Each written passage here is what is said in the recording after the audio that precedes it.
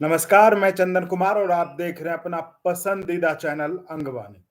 साथियों 2-3 चीज़ें बतानी हैं जो आपके काम की हैं और वो मतलब उस पर वीडियोज़ भी काफ़ी अच्छे बने। तो सबसे पहले पारामिलिट्री भाइयों के लिए देखिए आप लोग कुछ भी कहें, लेकिन जो हमने बात की थी जो पारामिलिट्री भाइयों के लिए मतलब मैं शुरू से कहता रहा हूँ कि वो तो एक मोटिवेटेड कैंपेन चलता है, लोग कुछ से कुछ कमेंट करते हैं, लेकिन हकीकत यही है कि जो उस सिस्टम में है वही आपकी बात को उठा पाएँगे। तो वहाँ पर हमने आपकी बात उठाई थी। तो एक बड़ी अच्छी खबर है कुछ कमेंट्स आए थे तो हमने शिव गोपाल जी से समय लिया था कि आप जो लोगों के कमेंट आ रहे हैं यूपीएस को लेके, ओल्ड पेंशन को लेकर आप तो उस पर आप जवाब दें। तो हमने वो वीडियो रिकॉर्ड किया है, वो कल जो है दिन में उसको अपलोड कर देंगे।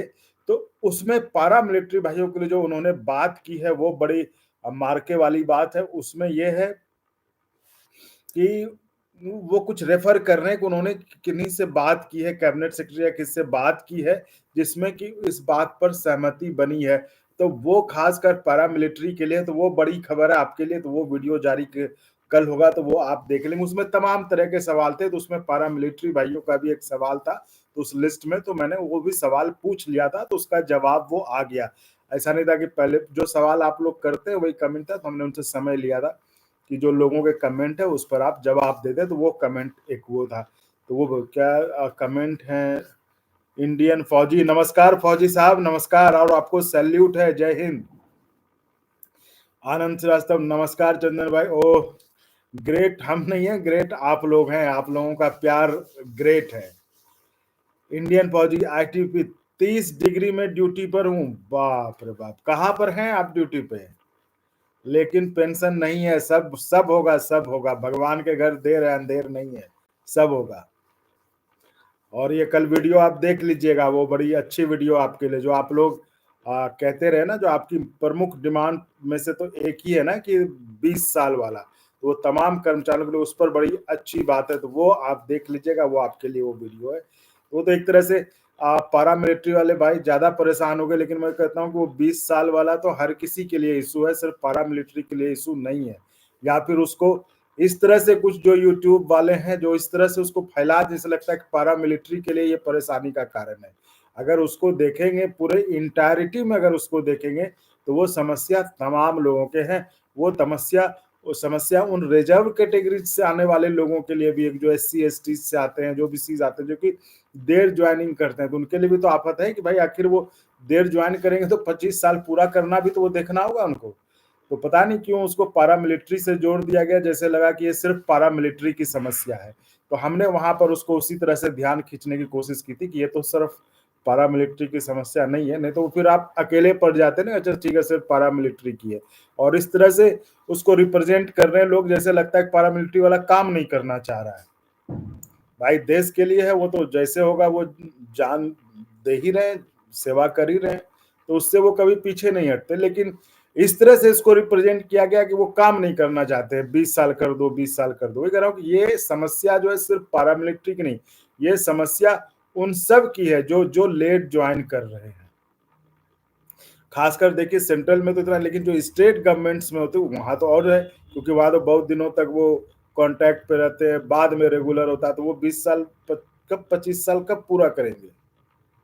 ऐसे ही ऑलरेडी उनकी उम्र हो जाती है। तो ये प्रैक्टिकल समस्या है जिस पर कि बहुत बड़ी बात है, जो कि कल के वीडियो में आप वो देख लेंगे। कमेंट काफी सारे आ रहे हैं, मुझे लग रहा है कि उनको भी देखते चलना चाहिए।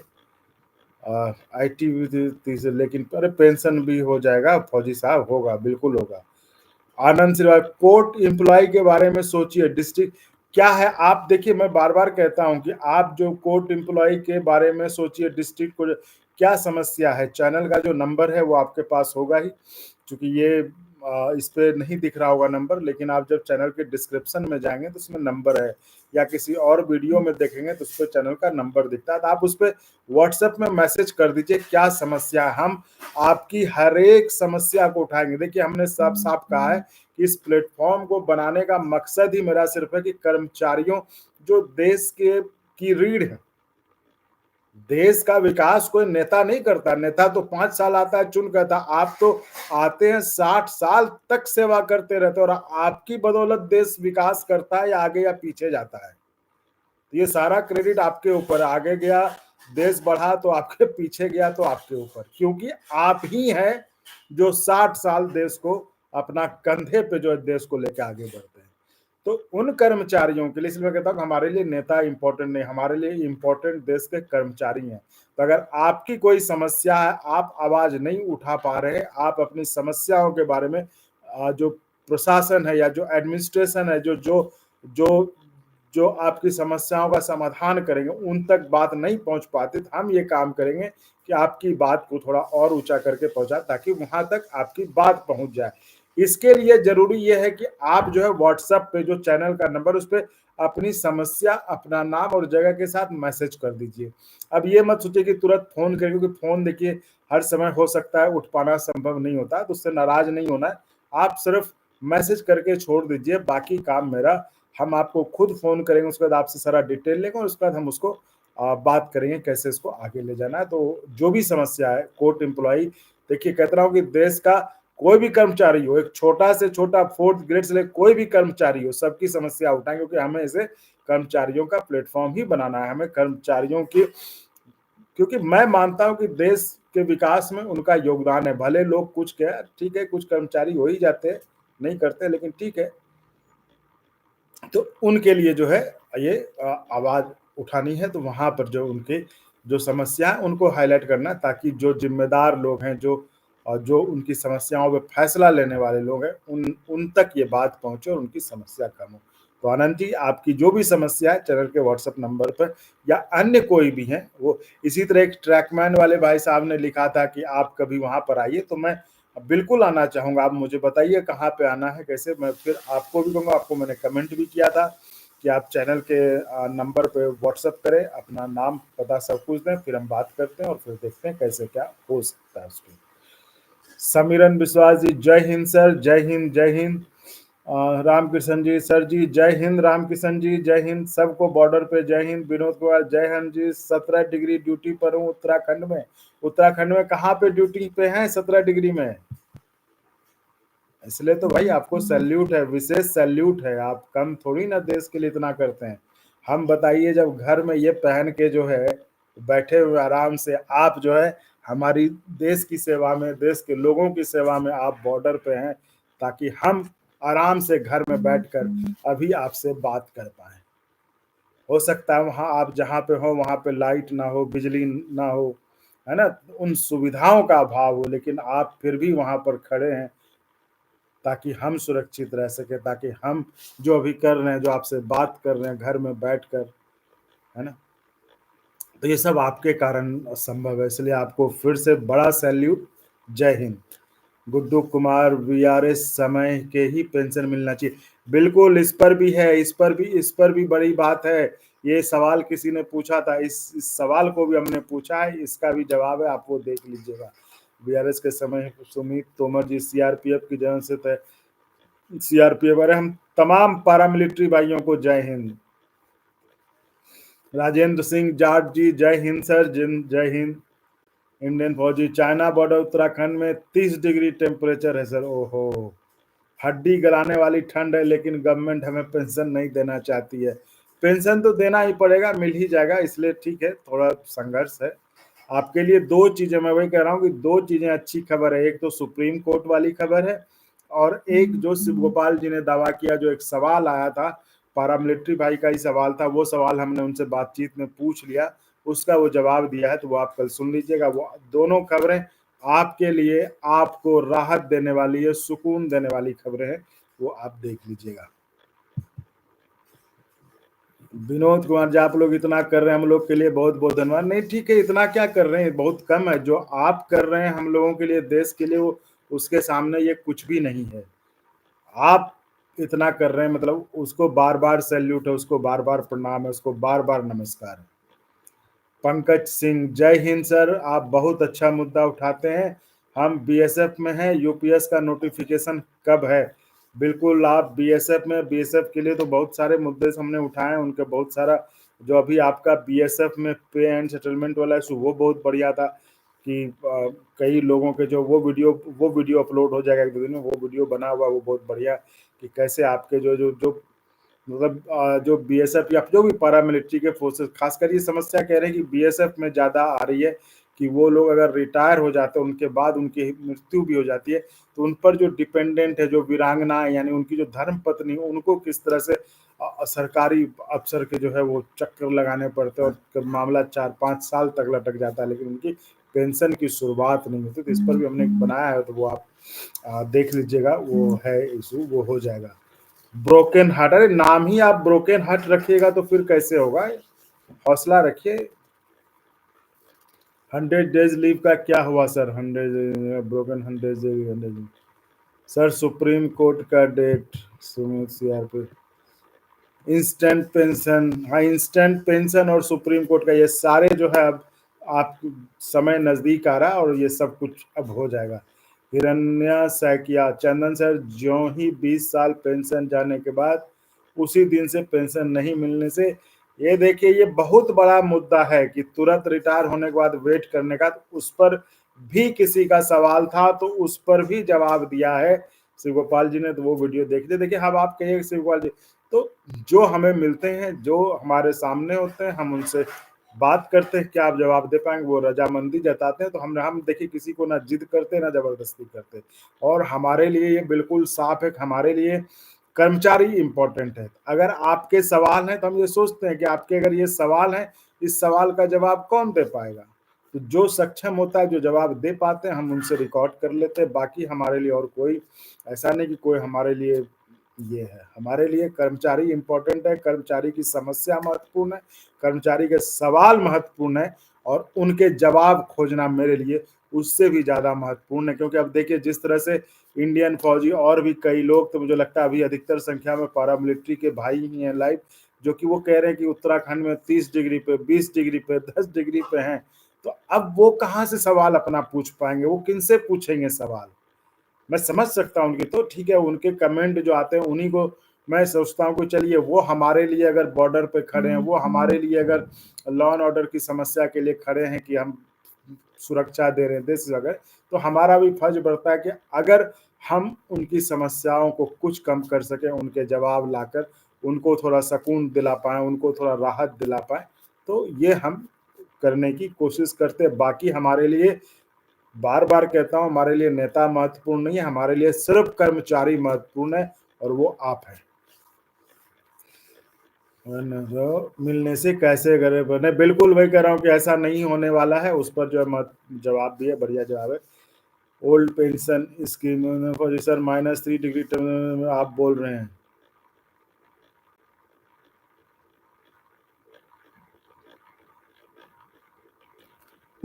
हाँ ठीक है, गलती सुधार कर लिया, ठीक है, -30 डिग्री टेम्परेचर, ठीक है, माफी माफी।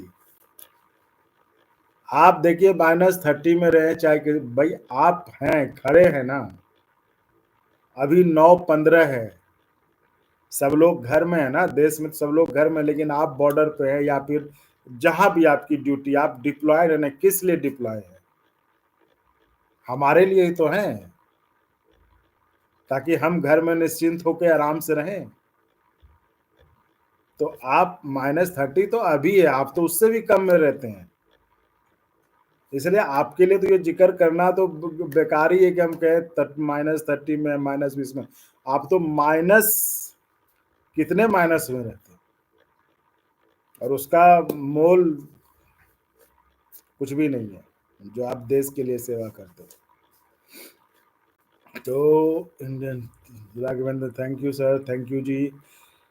काली बट ओल्ड पेंशन मिलेगा क्या? देखिए मैं सरकार तो नहीं हूँ, लेकिन मुझे लगता है, जो मेरे अंदर से फीलिंग आती है कि ओल्ड पेंशन आज न कल आपको मिलेगा ही। नहीं तो ओल्ड पेंशन जितनी जो जो मतलब जो उनमें सुविधा, देखो ओल्ड पेंशन नाम की चीज तो है नहीं, ये बात तो सही है ना कि ओल्ड पेंशन तो है नहीं। वो सुविधाएं हैं जिसको आप ओल्ड पेंशन कहते हैं, क्या आप कहते हैं ना कि वो वाली पेंशन मिली, यानी कि जो ओल्ड जो पुरानी जो मिल रही थी वो, तो वो सारी सुविधाएं इनको आज न कल बिल्कुल करना पड़ेगा और वो आ ही जाएगा। मुझे लगता है कि सरकार भी सोचेगी कि जब सब कुछ इतना कर ही दिया तो फिर 1-2 चीज़ के लिए क्या करना। तो मुझे लग रहा है कि क्योंकि ओल्ड पेंशन के मसले पर जिस तरह से पूरे देश में गोलबंदी है कि तो वही मैं कह रहा हूँ कि ये चीज़ बहुत क्लियर होने वाली बात है कि ओल्ड पेंशन कोई चीज़ नहीं है। ओल्ड पेंशन आप भी जब कहते हैं, तो ओल्ड पेंशन मतलब कि जो पेंशन पहले मिल रहा था, यानी कि जो सुविधाएँ आपको मिल रही थी, आप उसी सुविधाओं की माँग कर रहे हैं।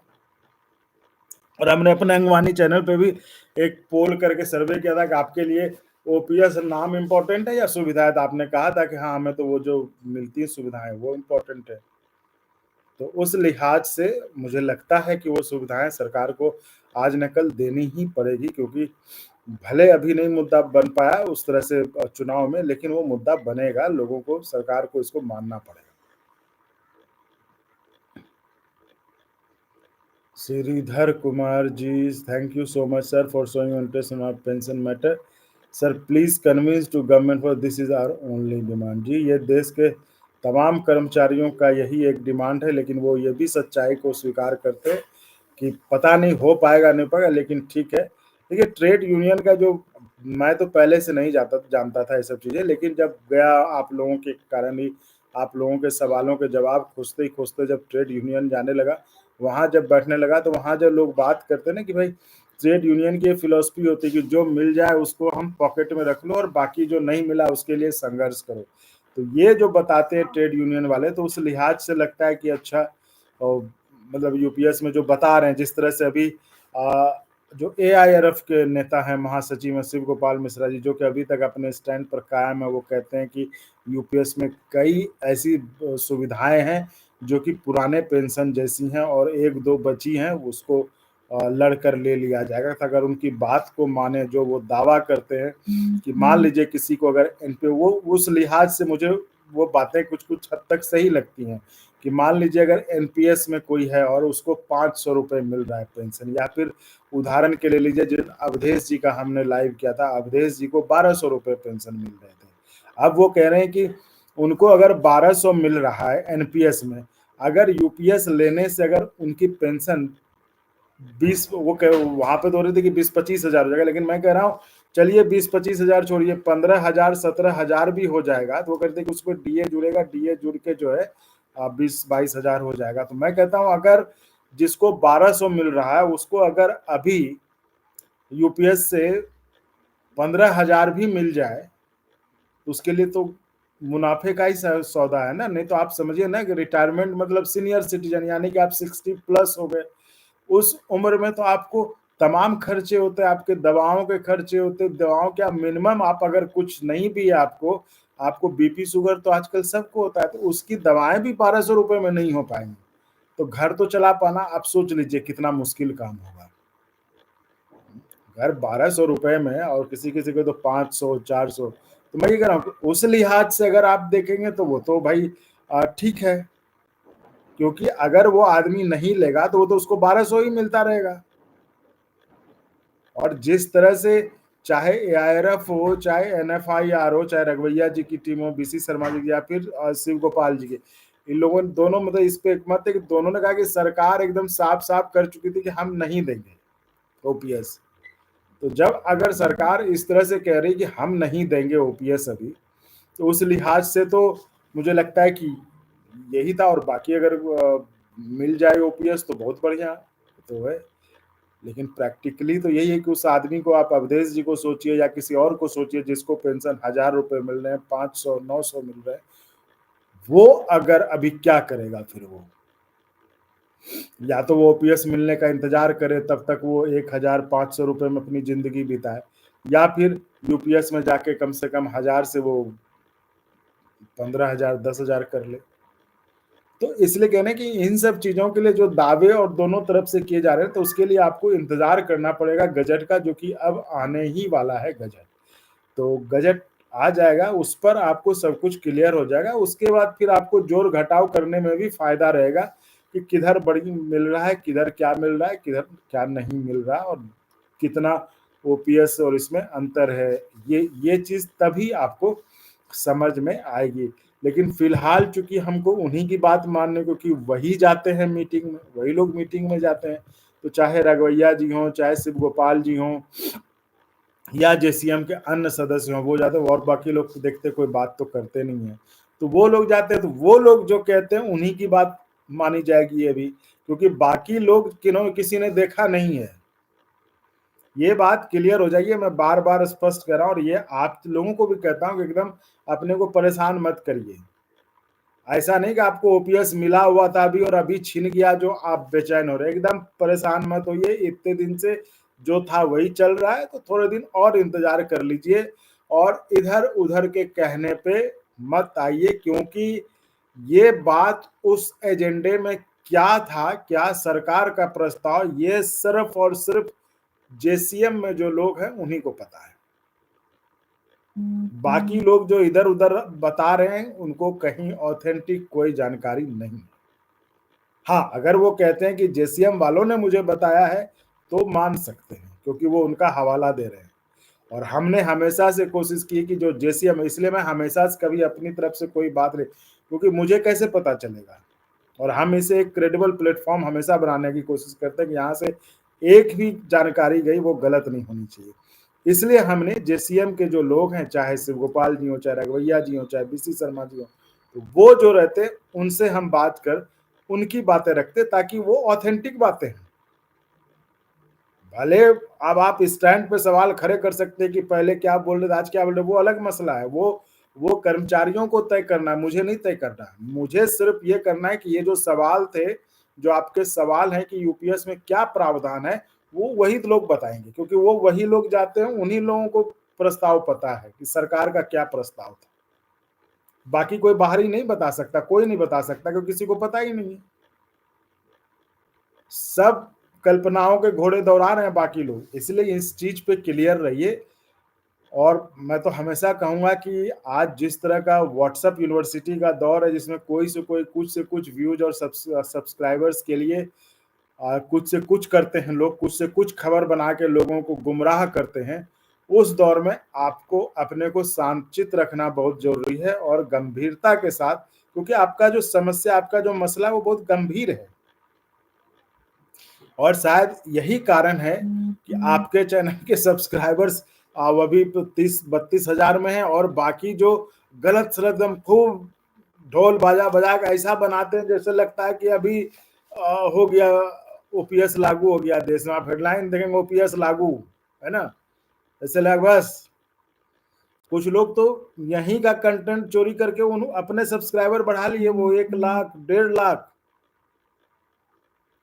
तो इसलिए कहता हूं कि जो सच में रहिए, सही जानकारी में रहिए, गलत लोगों को बढ़ावा दीजिए, ना गलत लोगों की बात सुनिए। तो बाकी दूसरे क्या करते हैं, खैर देखिए, हमने तो शुरू से रखा, हमें उससे कोई मतलब नहीं है। हम जो कर रहे हैं हमें उससे मतलब है, और हम यही कर रहे हैं कि आपको इस प्लेटफॉर्म से सही जानकारी मिले, और उसमें कोई मतलब गलत ना हो, जब तक कि वो क्रेडिबल ऑथेंटिक ना हो। तो ये थी बात आपको लेकर, जो आज मैंने जो वीडियो अपलोड किया, जिसमें कि ये बड़ा जेसीएम की मिस्ट्री जो है ये गहरा गई कि जेसीएम में आखिर हुआ क्या था। जिस तरह से जेसीएम मतलब 24 अगस्त की मीटिंग, जिसमें प्रधानमंत्री मोदी के साथ जो है स्टाफ साइड के नेताओं की बैठक हुई। स्टाफ साइड मतलब कर्मचारियों के जो नेता हैं, जो कर्मचारियों का संगठन है, जो उनके नेता हैं, वो प्रधानमंत्री मोदी के साथ जो उनकी बैठक हुई थी। इसके बाद कैबिनेट का ऐलान हुआ था यूपीएस का। तो उस बैठक के बारे में मतलब वो एक पहेली सा बन गया है। जिस तरह से एनएफआईआर के vice president BC Sharma ji, जो कि उस मीटिंग में थे जेसीएम में, उन्होंने कहा, जिस तरह से उनका दावा था, आपके अंगवानी पर ही ये सब दावा था कि उनको कुछ नहीं बताया गया था, बस वहां पे फोटो सेशन के लिए बुला लिया गया था, फोटो खिंचा लिया गया था। लेकिन एनआरएमयू जो उनका दूसरा संगठन है, एनआरएमयू, उनके अध्यक्ष एसके त्यागी साहब का वीडियो हमने आज पब्लिश किया, जिस पर वो साफ साफ कह रहे हैं कि सरकार की तरफ से बाकायदा पूरी जानकारी गई थी, पूरा मसौदा गया था कि किस क्या क्या वो ऑफर कर रहे हैं, क्या क्या प्रस्ताव है, और उस पर उन्होंने वो सब चर्चा करके ये लोग प्रधानमंत्री से मिलने गए थे। अब क्या सच है, यही कह रहा हूँ कि ये मिस्ट्री थोड़ा गहरा गया कि आखिर जेसीएम में हुआ क्या था, क्योंकि एक पक्ष कह रहा है कुछ भी नहीं बताया गया था और एक पक्ष कह रहा है कि बताया गया था। इन सब के बीच हमें खुशी है कि आपका जो अंगवानी प्लेटफॉर्म है, एक मतलब आप लोगों ने काफी उसे प्यार दिया, काफी सराहा और इस मसले पर कम से कम सबसे आगे रहा और सबसे आगे रहकर क्रेडिबल इंफॉर्मेशन हमेशा दी और लोगों ने खूब देखा भी, खूब सराहा भी। अभी रेलवे के चुनाव में घमासान मचा हुआ है, वहां जहां भी जाता हूं मैं, वहां देखता हूं कि अंगवानी के वीडियो की चर्चा होती, चाहे आप जॉर्ज फर्नांडिस को लेकर, जो कि बड़े नेता थे, रेल मंत्री थे, रेल कर्मचारी इस यूनियन में भी थे, तो उनको जो जिस तरह से एनएफआईआर के नेताओं ने कहा कि वो सीआई के एजेंट थे, वो मुद्दा बना हुआ था। और भी जिस तरह से वो एनएफआईआर के जो बीसी शर्मा जी थे, उनके वीडियोस को लेकर जो उन्होंने कहा कि हमें कुछ पता नहीं था। तो हर जगह हर चीज पर जो है अंगवानी जो है अपनी बात अपने वीडियोज से मतलब वो एक एजेंडा मतलब वो मुद्दा बनता रहा है। तो ये अच्छी बात लगी कि हमने शुरुआत में ही एक ठीक मतलब आप लोगों के प्यार से, आप लोगों के दुआओं की बदौलत जो है एक सही जगह बनाया, जो कि लोग आज उसको देख रहे हैं। बस एक काम आप लोग थोड़ा गफलत मार दे रहे हैं कि सब्सक्राइब नहीं करते हैं, तो चैनल को थोड़ा सब्सक्राइब कर लीजिए। देखिए तो सब्सक्राइब भी करिए, क्योंकि यही आपका सब्सक्राइब करना ही हमारे मनोबल को बढ़ाता है, क्योंकि और कुछ तो है नहीं। हम आपके लिए मेहनत करते हैं, हम आपके लिए दौड़ते हैं, हम आपके लिए लोगों के पीछे जाते हैं। तो चैनल को सब्सक्राइब करिए, वो अच्छा लगता है, वो हमारी मेहनत का इनाम होता है ना। आप एक सब्सक्राइब करते हैं तो वो हमारे मेहनत का इनाम होता है, तो खुशी होती कि चलो जो हमने किया एक रिवॉर्ड मिला। आप समझ सकते हैं कि एक रेस में कोई लगा और उसको एक मेडल मिलता है किसी में, तो आपका सब्सक्राइब बटन पे क्लिक करना वो रिवॉर्ड है। देखिए सब्सक्राइब करना बिल्कुल फ्री है, ये मैं आपको बता दूं, सब्सक्राइब करने में कोई पैसा नहीं लगता है। तो सब्सक्राइब बिल्कुल करिए, क्योंकि वीडियो देखते हैं आप। अब बताइए, यहाँ के वीडियोस चोरी कर कर के लोग जो है लाखों में हैं, तो उसको मतलब ऐसा नहीं कि हमें कोई, लेकिन अच्छा लगता है, क्योंकि अगर हम काम कर रहे हैं, हम आपके लिए मेहनत कर रहे हैं, तो और आप लोग भी वीडियो देख ही रहे हैं, तो उसको सब्सक्राइब कीजिए। तो और अच्छा किसको अच्छा नहीं लगेगा। आप ही मेहनत करेंगे और आपके मेहनत को थोड़ा सा रिवॉर्ड दिया जाएगा तो आपको भी अच्छा लगेगा। तो हमारे लिए रिवॉर्ड तो यही है सब्सक्राइब करना, का आप चैनल को सब्सक्राइब कर दें। उसके बाद अगर आप संभव हो आपके लिए, आपको लगता है कि हम थोड़ा सा, देखो संसाधन की तो तंगी रहती ही है, तो थोड़ा सा अगर उस पर आप कर सकते हैं तो आप चैनल को ज्वाइन करके, वो होता है उसमें 3-4 कैटेगरी है, वो आप खुद देख लेंगे, जो आपको अच्छा लगे वो ज्वाइन करके आप मदद कर सकते हैं, ताकि हम आपके लिए जो अभी कर पा रहे हैं वो तो अपने ही से जैसे तैसे जो होता है कर लेते हैं, तो थोड़ा और करेंगे तो हम और कर पाएंगे आपके लिए, है ना। तो मेरी इच्छा है, क्योंकि मुझे भी जिस तरह से आपका लाड प्यार स्नेह इस तरह से मिलता है, जहां भी जाता हूँ सभा में आप लोग मिलते हैं, आप लोग आकर मिलते हैं, क्योंकि हम तो शायद सबको नहीं पहचान, लेकिन जब आप लोग आते हैं, मिलते, बताते हैं, तो मुझे भी अच्छा लगता है। मुझे भी लगता है कि इतना प्यार अगर मिले लोगों के बीच, तो क्यों नहीं इन्हीं लोगों के लिए काम किया जाए, क्यों नहीं इन्हीं लोगों के लिए समस्या को इनको उठाया जाए। तो मुझे भी लगता है कि ये करने में बिल्कुल करना चाहिए। तो मैं बिल्कुल आपके लिए करूँगा, आपकी जो समस्या है उसको उठाऊँगा, जहाँ जो ज़िम्मेदार लोग हैं उनसे सवाल के जवाब लाने की कोशिश करूँगा। तो आप बस थोड़ा चैनल को सपोर्ट करते रहिए, चैनल को सब्सक्राइब तो करिए ही करिए, उसके साथ अगर ज्वाइन कर सकते हैं, संभव होगा तो ज्वाइन भी करिएगा। तो ये हमारा कहना है। और बाकी मैंने एक शिक्षकों, बिहार के शिक्षक साथियों के बारे में हमने खबर पढ़ी, वो बड़ा मुझे बड़ा हैरान कर देने वाली खबर थी, बड़ा विचलित कर देने वाली खबर थी कि ट्रांसफर से परेशान होकर शिक्षक ने खुदकुशी कर ली। मतलब मुझे समझ में नहीं आता है कि बिहार के शिक्षकों, मुझे लगता है कि जो शिक्षक हों, जिस तरह के शिक्षक पहले आते थे उस तरह के, अभी चूंकि बीपीएससी से इस तरह से बहाली हुई ना, इतने सालों से बहाली नहीं हुई थी बिहार में, तो मुझे लगता है लोग बस नौकरी, चूंकि नौकरी चाहिए था तो नौकरी के लिए अप्लाई कर दिया, तो लेकिन जो शिक्षक का माइंडसेट होता है ना स्वाभिमान वाला, वो मैं देख थोड़ा सा कहीं ना कहीं मिसिंग देखता हूँ वो। क्योंकि स्वाभिमान वाला जो जो शिक्षक होता है ना, वो जिस तरह से शिक्षकों के साथ आप बताइए, बिहार के शिक्षकों के साथ हो रहा है, मैंने तो छोड़ दिया वीडियो बना। मैंने कहा कि क्या करें, शिक्षक खुद भी नहीं चाहते अपनी स्थिति सुधारना, वो नेता और मतलब जो नेता हैं और जो यूट्यूब वाले हैं, सब बताइए शिक्षकों की ऐसी हालत बना दी जैसे लगता है कि वो कीचड़ में शिक्षक लौट रहा है, ये लोग बाहर देख के ठहाका मार रहे हैं। तो पहले नेता जो यूट्यूब वालों से खबर बनवाता है कि ये मॉडल होगा, ऐसे ट्रांसफर हो जाएगा, वैसे ट्रांसफर हो जाएगा, होता कुछ नहीं है। हमने शुरू से भी कहा था कि देखो शिक्षक साथियों, कुछ नहीं होने वाला, चुनाव आने वाला है, आपके लिए सब मंगल ही मंगल होगा, बस आप अपना धैर्य बनाए रखिए।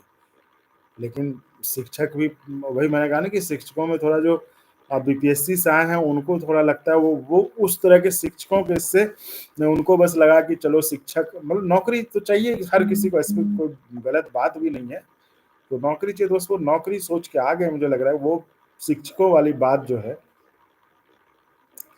क्योंकि आप देखिए ना, ये कैसे संभव हो सकता है कि जिस पार्टी की सरकार हो उसका नेता कह रहा हो कि ये होगा ही नहीं, और यानी कि आप शिक्षकों को बेवकूफ समझते हैं ना, यानी कि आप शिक्षकों को बेवकूफ समझते हैं, मूर्ख समझते हैं शिक्षकों को, कि आपकी सरकार है और आप जो है दूसरी तरफ बैठ और जो जो इंटरव्यू ले रहा है वो सुन रहा है, तो ये सब मिलके आपको नचा रहे हैं। जो कि मुझे बड़ा मतलब ताज्जुब लगता है कि पता नहीं क्या ये ऐसे शिक्षक मतलब मैंने नहीं देखे थे कि, पता नहीं, इसलिए मुझे लगा कि जब अगर शिक्षक कौम ही इस तरह से हो फिर क्या उनके लिए बात किया जाए। आपको भी तो सोचना पड़ेगा ना शिक्षक साथी, ऐसे कैसे चलता रहेगा। आप बताइए ना, आप जो नेता हैं, मैं सिर्फ शिक्षक नेता की बात है, शिक्षक नेता तो जो हैं सो हैं ही, मैं अन्य नेता जो विधानसभा में आवाज उठाते हैं, फिर सेशन लग गया, फिर देखिए आपके लिए बड़ी बड़ी बातें हो रही हैं विधानसभा में, वही जब विधानसभा पर था तो क्या कहते हैं कि छुट्टी काहे चाहिए शिक्षक को, चिरकुट है। वो विधानसभा सेशन का कैमरा ऑन होता है कि ये भाषण, ये लंबा लंबा भाषण है। उनके जो नीरज सिंह जी वो बताइए किस तरह से बोलते, जबकि सरकार उनकी, तो किसको बोल रहे हैं। ऐसा तो है नहीं कि बिहार में राजद की सरकार है आप उसको कोस रहे हैं बैठ के, अरे भाई सरकार आपकी, आप फैसला कीजिए। सीएम का आदेश था 10 वो तो कर नहीं पाए, तो इसलिए कह रहे कि बड़ी अजीब स्थिति है, तो शिक्षकों को खुद ही इस पे थोड़ा सोचना पड़ेगा। नहीं तो देखिए, मैं पहले भी कहता था कि डर का खौफ, खौफ का बाजार जो है ना बहुत बिकता है, चलता है, वही हो रहा है बिहार में, जो शिक्षकों को खौफ में रखकर व्यूज और सब्सक्राइबर्स बढ़ाने का काम चल रहा है वहां पर। और नेता जो है वो मजा लेता है, नेता अफसर जो शिक्षा विभाग का अफसर नेता, वो देखता है वहां दूर से, अच्छा शिक्षक ये परेशान हो रहा है, अच्छा ये वाला थ्योरी चला है कि ये मॉडल चलेगा, उसमें शिक्षक जो अपना ये कर रहा है, तो वो बाहर देख के मजा ले रहा है। तो शिक्षक साथी क्यों मजा दे रहे हैं आप, मैं कह रहा हूं मैं आपके मसले उठाने के लिए तैयार हूं, लेकिन आपको भी अपना एक आत्मसम्मान और गंभीरता के साथ, ये नहीं कि आप किसी भी चीज पे आप जो है रिएक्ट कर रहे, किसी भी चीज पे आप जो है जो आपको, क्योंकि देखिए अभी आप प्लेयर नहीं, अभी आपके साथ लोग खेल रहे हैं, चाहे यूट्यूब वाले हों चाहे नेता हों, सब आपके साथ खेल रहे हैं। ये तो भला हो कि उस दिन मैं लाइव आया और हमने कहा कि बताइए शिक्षकों के नेता पहले मसाल जुलूस निकाल लेते थे, मैंने गलत कहा था। ये सब जो ये सब जो एक पार्टी के समर्थक है, ये शिक्षक नेता, जब आरजेडी सरकार में थी तो ये लोग निकल जाते थे, मैं आरजेडी का समझ, लेकिन मैं एक निष्पक्ष तौर पे बता रहा हूँ शिक्षक नेताओं की भूमिका क्या है। उस दिन जाके रात में फिर आप देख लीजिएगा, जिस दिन मैंने दिन में आया था लाइव और ये बात, इस बात को मैंने खुलकर कहा था, तब जाकर जो रात में जो मसाल जुलूस कुछ लोगों ने निकाला था। इतने दिनों से क्या कर रहे थे। तो ये मैं जो बोल रहा हूँ सिर्फ मैं नहीं बोल रहा हूँ, ये चर्चा हो रही है, लोग इस बात को समझ रहे हैं कि शिक्षकों के नेता चुप क्यों हो जाते हैं अचानक से, और अचानक से एक्टिव भी हो जाते हैं। तो जब उसको देखा गया कि अच्छा जब सरकार बदलती है तब शिक्षक के नेता जो हैं वो उस हिसाब से, वो दरअसल क्या करते हैं, शिक्षकों का जो वो नेता बनते हैं ना उसका जो वोट है वो गिरवी रखाते हैं कि देखो जी मैं इन शिक्षकों का नेता हूं और मैं, और यही काम आपके तमाम यूट्यूब वाले करते हैं। आपके जो प्लेटफॉर्म है, आप बताइए ना, आपके सारे प्लेटफॉर्म जो शिक्षकों के प्लेटफॉर्म है, उनसे मैं देखता हूं कि एक पार्टी के पक्ष में लिखा जाता है। उदाहरण है मेरे पास, और वो सारे प्लेटफॉर्म्स पॉपुलर प्लेटफॉर्म्स हैं। उत्तर प्रदेश में दरोगा के लिए निकलता है, उसको लेकर बधाई दी जाती है आपके प्लेटफॉर्म पे, शिक्षकों के प्लेटफॉर्म पे। बताइए शिक्षक प्लेटफॉर्म में यूपी में दरोगा का क्या है? तो आपको समझना पड़ेगा कि कौन लोग, कैसे लोग, क्या कर रहे हैं आपके साथ। इसलिए मुझे लगा कि देखिए, मैं बहुत सीधा और साफ आदमी हूं। मैं ये नहीं कि बस वीडियो बनाने के लिए बना लिया या फिर आपको डरा कर या आपके लिए कुछ से कुछ बना लिया वीडियो, वो हमसे नहीं होगा। इसलिए हमने कहा कि ठीक है, शिक्षकों को भी वही पसंद है तो फिर क्या किया जा सकता है। मैं आपके लिए जेन्युइन जो समस्या है वो तो हमने कहा कि देखिए, अभी भी लोग भेजते हैं, व्हाट्सएप मैसेज भेजते हैं, फ़ोन करते हैं, बताते हैं। तो जिस दिन लगता है मैं आके उस पर जो है ये करता हूँ। ज़रूरत होती है, जहाँ बात पहुँचानी होती है वहाँ बात भी पहुँचा देता हूँ। लेकिन मैं वो गलत वीडियो सिर्फ़ वीडियो बनाने के लिए, ताकि हमारे पास कुछ व्यूज़ आ जाएँ, हम वो कह रहा हूँ, वो खबरें बनाना बिल्कुल आसान है, लेकिन वो हमने कभी नहीं किया और ना आगे करूँगा। तो वो, क्योंकि वो हमारा मकसद नहीं है। कि हमारा मकसद ये नहीं, कि हमारा मकसद है ठीक है, आपको आपकी जो ज़रूरतें हैं उसका सॉल्यूशन देना, तो उसमें ऑटोमेटिकली मेरा काम हो जाएगा। मैं ईमानदारी से वो काम कर रहा हूँ कि आपके जो समस्याएँ हैं, जो आपके सवाल हैं, उसके समाधान को खोजने का काम कर रहा हूँ इस प्लेटफ़ॉर्म के ज़रिए। तो ऑब्वियसली अगर वो रहेगा, ईमानदारी से काम करूँगा, तो लोग खुद ब खुद आएँगे, देखेंगे। लेकिन मैं गलत वीडियो, ये नहीं कि सनसनी फैलाने के लिए या कुछ और करने के लिए वीडियो बना लिया ताकि लोग देखें, वो हम नहीं करेंगे, वो कभी नहीं करेंगे। विनोद कुमार जी, 8 पे कमीशन का कुछ बोलिए सर। 8 पे कमीशन का देखिए, हम चला ही रहे हैं, जब जब लोगों से बात होती है, जो जो चर्चा हो रही है, उस पे हम वीडियो बना ही रहे हैं आपको। 8 पे कमीशन पे एक जो बड़ी सरकार के अंदर पे बड़ी खबर है, कि शायद कमीशन के अलावे भी कुछ सोच रही सरकार। लेकिन वही कह रहा हूँ, मेरे पास जानकारी तो है, लेकिन मैं चाहता हूँ कि वो मैं ना बोलकर, जो ऑथेंटिक लोग हैं, जो क्रेडिबल लोग हैं, उनसे बात कराएँ आपकी, वो बोलें तो वही ठीक रहेगा, क्योंकि मेरा बोलना उस पे ऐसे ही कुछ मतलब वो नहीं होगा। तो या तो मुझे बात हो जाए, तभी उस पर मैं दे रहा हूँ कि उस पे कुछ चल रहा है, कि कुछ और भी हो सकता है। जितेंद्र सिंह रावत जी, देश के जवान हो गए भाई, सबको ओपीएस मिलना चाहिए। एक देश एक पेंशन हो तो क्या दिक्कत है उसमें? जब वन नेशन वन इलेक्शन हो सकता है, तो वन नेशन वन पेंशन क्यों नहीं हो सकता है? तो इसलिए ये नहीं कि देश के जवान को हो गया, छोड़ दीजिए देश के जवान, सबको ओपीएस हो तो सबको क्या दिक्कत है? प्रिरंजन कुमार, 34,540 टीचर के बारे में, उसके बारे में अभी मेरे पास देखिए, सच बोलूं तो कोई अपडेट नहीं है, क्योंकि थोड़ा सा बिजी भी जाता हूँ। लेकिन पता करूंगा, आपका कुछ था सुप्रीम कोर्ट में, बहुत साथियों का व्हाट्सएप मैसेज भी आया था, तो वो मैं पता करूंगा कि सुप्रीम कोर्ट में क्या मसला था, किस स्टेज पे वो केस है। एसएमटी मेंबर सर, डीएससी को यूपीएस लागू है, ये नहीं समझा मैं क्या कहना चाह रहे हैं। तालीबर सर, ओल्ड पेंशन मिलेगा क्या हमें? बिल्कुल, मैंने आपको कहा है कि जब देश में वन नेशन वन इलेक्शन हो सकता, तो वन नेशन वन पेंशन क्यों नहीं हो सकता? मिलना ही चाहिए। और मुझे लगता है कि आज न कल वो आपका सपना जो है वो हकीकत में जरूर बदलेगा। जनाब, हम विड्रॉवल करते थे।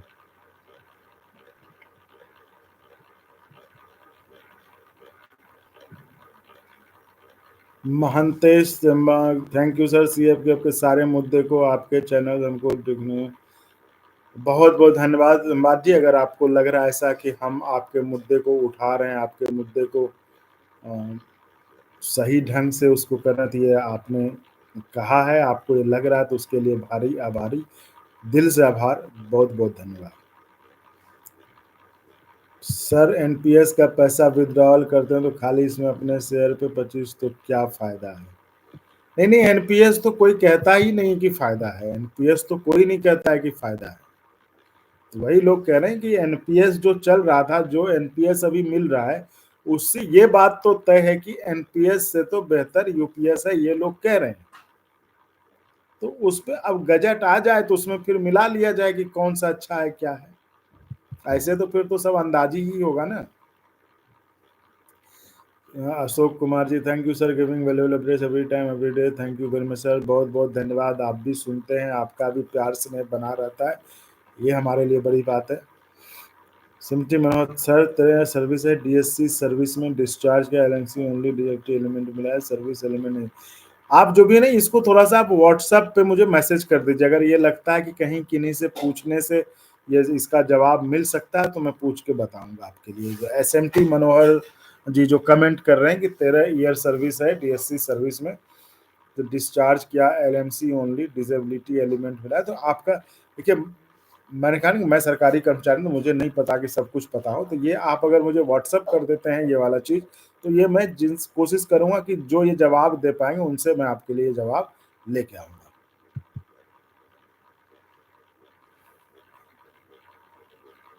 अगर सरकार ओपीएस नहीं देना चाहती तो ना संचित राशि से सरकार को अनुरोध है, क्योंकि सरकार ने अगर कंट्रीब्यूशन उसी कर्मचारी के नादानी के लिए किया है।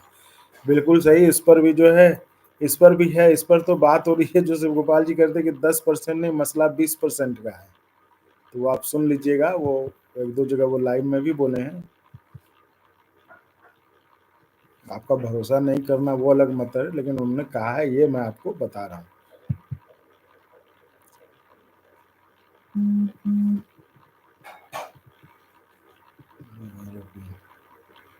3410 को ओपीएस का क्या हुआ जी? देखिए, वो मैं अपडेट मैंने आपको बताया था कि वो मैं पता करूंगा, फिर मैं आपको बताऊंगा 34,540 वाला उसमें क्या अपडेट है, नहीं पता था मुझे, पता करूंगा, पक्का पता करूंगा और आपको बताऊंगा। संतोष, सीएपीएफ को ओपीएस की बहुत जरूरत है, क्योंकि सिर्फ जब भी हार्ड है खतरा।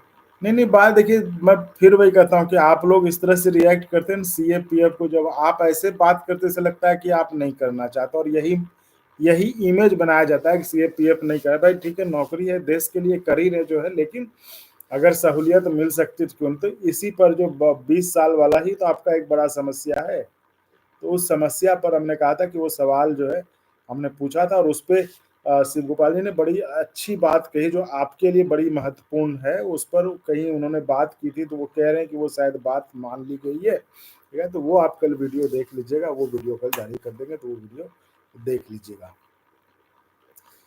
तो रेलवे चुनाव बड़ा रोचक होते जा रहा है साथियों। मैं गया था अभी दिल्ली डिवीजन में, जो है जो नॉर्दर्न रेलवे मेंस यूनियन का बहुत बड़ी रैली थी 27 तारीख को डीआरएम ऑफिस, और फिर जो है जो दूसरा संगठन है उर्मू उत्तरी रेलवे, जिनके की नेता हैं बी राघवैया जी और बीसी शर्मा जी, उनकी जो है 29 को रैली है। तो वहाँ पे तो मतलब जो रेलवे मतलब देश के आम चुनाव से वो बिल्कुल अलग नहीं नजर आ रहा है। मुझे भी लग रहा है कि मतलब हर सारे चीज हो रहे हैं, जैसे OBC employees association, Meena officers का एसोसिएशन, एससी एसटी एम्प्लॉय, जैसे मतलब सब मैदान में कूद रहे हैं। मतलब हमको पहले लगता था कि बस ये रेलवे एम्प्लॉयज हैं तो वो एक एम्प्लॉयज हैं, लेकिन नहीं, वहां भी सैकड़ों एसोसिएशन संगठन है जिनका जो समर्थन चुनाव में समर्थन लिया जाता है, दिया जाता है, सारे दांवपेच चले जाते हैं जो जो अन्य चुनावों में होता है, तो उसको लेकर जो बड़ा इंटरेस्टिंग है। तो उस पर तो हम बात करके आपको वीडियो दिखा ही रहे हैं, तो उसको भी देखिए, बड़ा मजेदार आपको पता चलेगा, क्योंकि देश देश में 12 लाख कर्मचारी सिर्फ रेलवे में, अकेले रेलवे में सोचिए 12 लाख कर्मचारी हैं। और ये जो चुनाव होता है ये 3 दिन होता है वोटिंग, इस बार वो 4 5 6 को होगा। आप सोच लीजिए, मतलब ऐसा कितना बड़ा चुनाव का 4 5 6 को 3 दिन वोटिंग होती है, और देश भर के तमाम रेलवे कर्मचारी जो वो वोट करते हैं। तो चुनाव में अब चूंकि वो आखिरी दौर है प्रचार का, तो उसमें भी जो तरह तरह के रंग सामने आते हैं, प्रचार भी बिल्कुल उसी अंदाज में हो रहा है, तो वो तो हम आपको बीच बीच से दिखाई देते हैं अगर कहीं मौका मिलता है तो ये कह रहा हूँ, तो बड़ा मजेदार है रेलवे का चुनाव। मुझे भी बड़ा अच्छा लग रहा है कि जिस तरह से यहाँ पे चुनाव हो रहे हैं रेलवे के। तो बाकी तो देखिए, आपका काम है फैसला करना क्या करना, लेकिन मैं आपको हर चीज से रूबरू करा देता हूँ, अपडेट कराता हूँ, वो मेरा काम था, तो वो मैं कर देता हूँ। तो साथियों इजाज़त दीजिए, फिलहाल इतना ही। आप चैनल को सब्सक्राइब करिए।